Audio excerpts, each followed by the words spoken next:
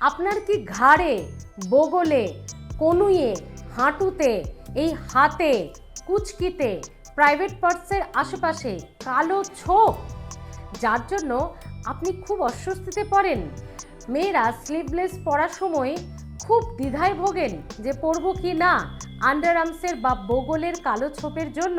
তাহলে বন্ধুরা, আর কোনো রকম নামি দামি ক্রিম ইউজ নয়, কোনো রকম মেকআপ দিয়ে অযথা ঢাকার চেষ্টা নয়।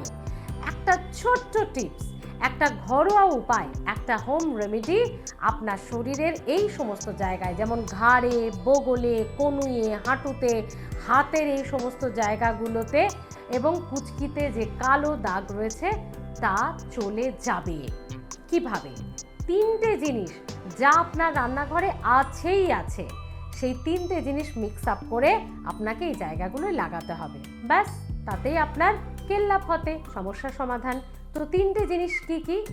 হাফ চামচ মধু, হাফ চামচ নারকেল তেল, 1 চামচ বেকিং সোডা, এই তিনটে জিনিস, ব্যাস, আর কিচ্ছু লাগবে না। ভালো করে মিক্স আপ করে নিন। ভালো করে মিক্স আপ করে যে জায়গাটায় আপনি অ্যাপ্লাই করতে চাইছেন, আপনার কুচকি হতে পারে, বগল হতে পারে, ঘাড় হতে পারে, কনুই, হাঁটু, হাতের এই যে তালুর ওপরটা অনেক সময় আমাদের কালো হয়ে যায়, সেটা হতে পারে।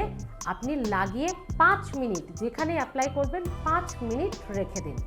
5 মিনিট রেখে দেওয়ার পরে ধুয়ে ফেলবেন না, কি করবেন? 5 মিনিট ম্যাসাজ করবেন। মানে টোটাল বিষয়টা আপনার 10 মিনিট লাগবে। 5 মিনিট ওই বিষয় মিশ্রণটা লাগিয়ে রেখে দেবেন আর 5 মিনিট ম্যাসাজ করবেন। ম্যাসাজ কিভাবে করবেন?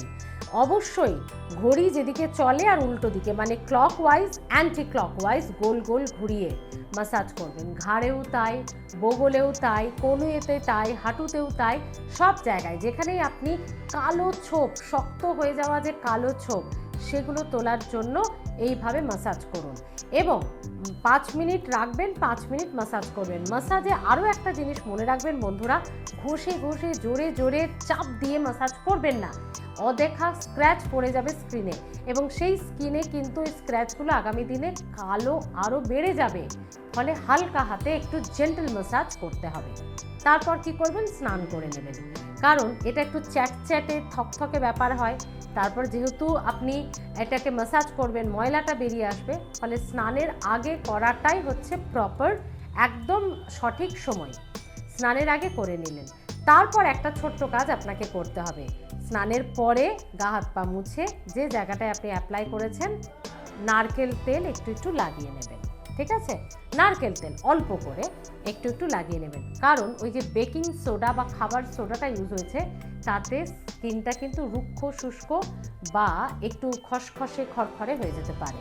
নারকেল তেলটা ওতে অ্যাপ্লাই করা আছে ঠিকই, কিন্তু স্নানের পর, যেহেতু স্নানের সব ধুয়ে যাবে, স্নানের পর আপনি অ্যাপ্লাই করে রাখলে আপনার স্কিনটা, চামড়াটা, ত্বকটা কিন্তু আগের মতো নরম করে দেবে এবং কালো দাগ ছোপ পড়তে দেবে না। জায়গাটা সবসময় একটা নরম ভাব থাকবে। যেটা শক্ত টাইপের হয়, যেটা রোদে পড়ে, সেটাতেই বেশি কালো ছোপ পড়ে।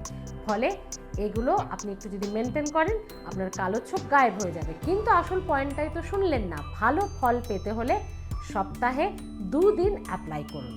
ভালো ফল যদি আপনি তাড়াতাড়ি ফল পেতে চান, তাহলে সপ্তাহে 2 দিন এই মিশ্রণটি আপনার ঘাড়ের, বগলের কালো যে মোটা শক্ত দাগ ছোপ, সেটা দূর করার জন্য সপ্তাহে 2 দিন। কেমন লাগলো বন্ধুরা? অবশ্যই জানাতে ভুলবেন না এই টিপস কেমন লাগলো। কারা ইতিমধ্যে অ্যাপ্লাই করে ফেলেছেন আর ফল পেয়েছেন, আর কারা এই টিপসটা শুনে এবার অ্যাপ্লাই করবেন, এই সমস্যায় ভুগছেন, তারা কিন্তু অবশ্যই জানাতে ভুলবেন না। ভালো থাকুন, হেলথ ফার্স্ট সাবস্ক্রাইব করে রাখুন, কারণ স্বাস্থ্য সবার আগে।